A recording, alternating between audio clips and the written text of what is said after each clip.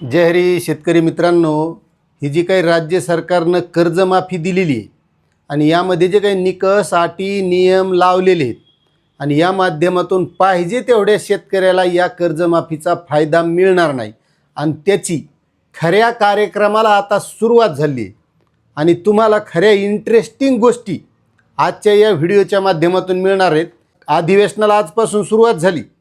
काल मुख्यमंत्र्यांनी सविस्तर अशी चहापानावर विरोधकांनी बहिष्कार टाकल्याच्या नंतर एक पत्रकार परिषद घेतली.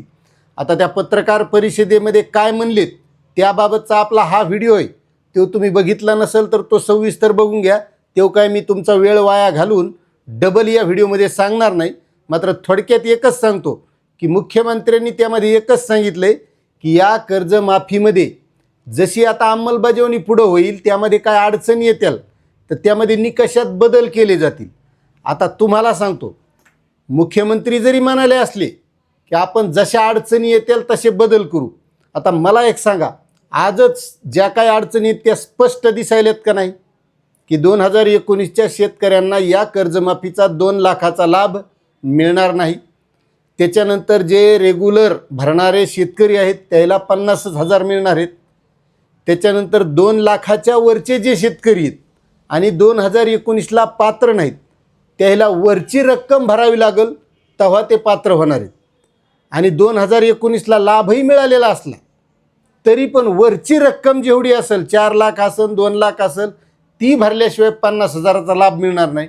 म्हणजे अटी ज्या काय घातलेल्या आहेत, ज्या अडचणी आहेत आजच लक्षात यायलेत का नाही? बरोबर आहे ना?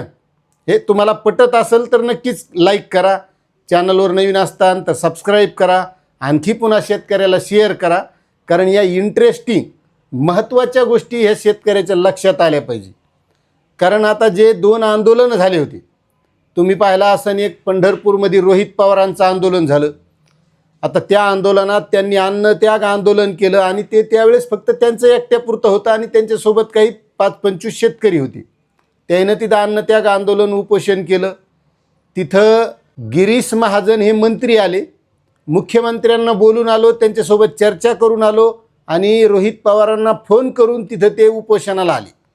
त्यांनी उपोषणाला भेट दिली, तिथं समजावून सांगितलं आणि तुमची 22 तारखेच्या अगोदर मुख्यमंत्र्यासोबत बैठक घेऊ आणि त्या बैठकीमध्ये चर्चा झाल्याच्या नंतर तुमच्या ज्या काही अडचणी आहेत त्या सोडवण्याचं सरकार काम करेल असं सांगितलं. मात्र तशी काही बैठक झाली नाही आणि आता रोहित पवारांनी पुढचा पवित्रा उचललेला आहे.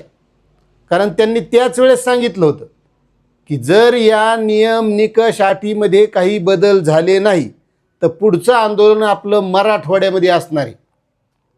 आणि त्यांनी आज घोषणा करून टाकली, ट्विटसुद्धा केलेलं आहे तसं, की आता यापुढचं आंदोलन हे छत्रपती संभाजीनगरला नुसता मीच नाही तर पूर्ण महाविकास आघाडीला सोबत घेऊन आंदोलन करणार आहे.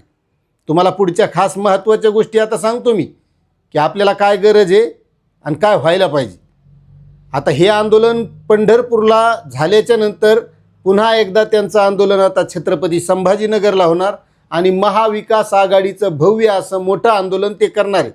आणि त्यानं अंतिम तारीख दिलेली आहे, 30 तारखेच्या अगोदर जर बदल केले तर ठीक आहे, नाहीतर 29 तारखेला मराठवाड्यामध्ये छत्रपती संभाजीनगरला हे आंदोलन मी करणार आहे. हे झालं 1 नंबर आंदोलन. आता तुम्हाला सांगतो, दुसरं आंदोलन झालं होतं बुलढाण्याला रविकांत तुपकर यांचं. त्यांच्या आंदोलनाला 5 दिवस झाले, अन्नत्याग आंदोलन. त्यांची तब्येत ढासळली, त्यांच्यानंतर त्यांच्या पत्नी ॲडव्होकेट आहेत, त्यांनीसुद्धा तिथं आंदोलन केलं. त्यानंतर त्या कृषी कार्यालयात, जिल्हा कृषी कार्यालयामध्ये गेल्या, तिथं पीक विम्यासंदर्भात चर्चा केली. कारण तिथला पीक विमा 2024चा सुद्धा शेतकऱ्यांना मिळालेला नाही. आणि तुम्ही याही अगोदर बघितलं असेल की आपल्या या चॅनलवर मी व्हिडिओच्या माध्यमातून सांगत असतो की जोपर्यंत एखाद्या आईचं जर बाळ रडत असेल आणि आई मालिका पाहत TV पाहत बसलेली असेल, ते जवरक शांत बसले शांत खेळायले तवरक त्याला ती पाजित नाही. पण जेव्हा ते रडायला लागलं का तेव्हा त्याला विचारते, तुला काय लागतंय? बिस्किट आणू का? दूध पाजू का? मोबाईल देऊ का? होतंय का नाही? हे गोष्टी आपल्या गावरान घरगुती गोष्टी आहे. मग तसाच हे प्रकार आहे. म्हणून मी सांगत होतो की जोपर्यंत शेतकरी या गोष्टीसाठी एकत्रित येत नाहीत आणि या गोष्टी करत नाहीत तोपर्यंत शेतकऱ्यांच्या पीक विमा असेल, विविध महाडीबीटीच्या अनुदानं असतील किंवा हे आता कर्जमाफीचे निकष असतील, याच्यामध्ये कोणतेच बदल होणार नाही. आता काही लोकांना पटत आहे त्यामुळे ते आपल्या चॅनलवर वारंवार येतात, माहिती पटती आवडती म्हणून पाहतात. मात्र काही लोकांना आवडत नाही. आता आपण आवडणाऱ्यासाठी ह्या नावडणाऱ्यासाठी ह्या गोष्टी करत नाहीत. कारण मी एक शेतकरी आहे, शेतकऱ्यांच्या काय भावना असतात याची मला जाण आहे. म्हणून आपण या चॅनलच्या माध्यमातून प्रत्येक शेतकऱ्याला जागृत करण्याचं काम करत आहोत. आता बुलढाण्याचे जे आंदोलन झालं, तुपकर त्यांनी सुद्धा असंच सांगितले की जर हे निकष नियम अटी बदलले नाही तर आमचं पुन्हा एकदा आंदोलन उभं राहणार. आणि आता अन्नत्याग आंदोलन नाही, जीवाला जाळणार नाही तर गोफण घेऊन आसूड घेऊन प्रत्येक शेतकरी महाराष्ट्रात रस्त्यावर उतरणार आणि या सरकारच्या बुडाखाली आम्ही आग लावणार, असा इशारा त्याने दिलेला आहे.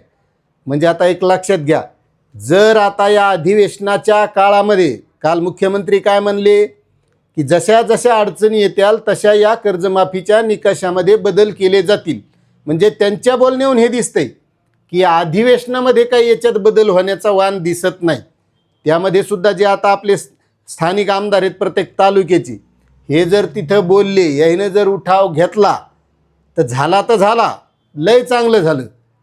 पण मुख्यमंत्र्यांची मानसिकता काही त्या अधिवेशनामध्ये यामध्ये बदल करायची सध्या तरी दिसत नाही कालच्या बोलण्यावरून.